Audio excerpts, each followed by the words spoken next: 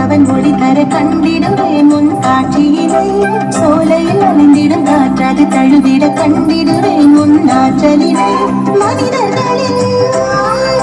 மனங்களிலே மகிழ்வளிக்கும் உறவினிலே நீ என்னாலும் தருகின்ற எல்லையில் அன்பினை கண்டிடுவேன் உன்னை வாழ்த்திடுவேன் அனைத்திலும் இறைவனை இறைவனாய் காண்பேன் இயற்கையின் அழகினில் உன்னை காண்பேன்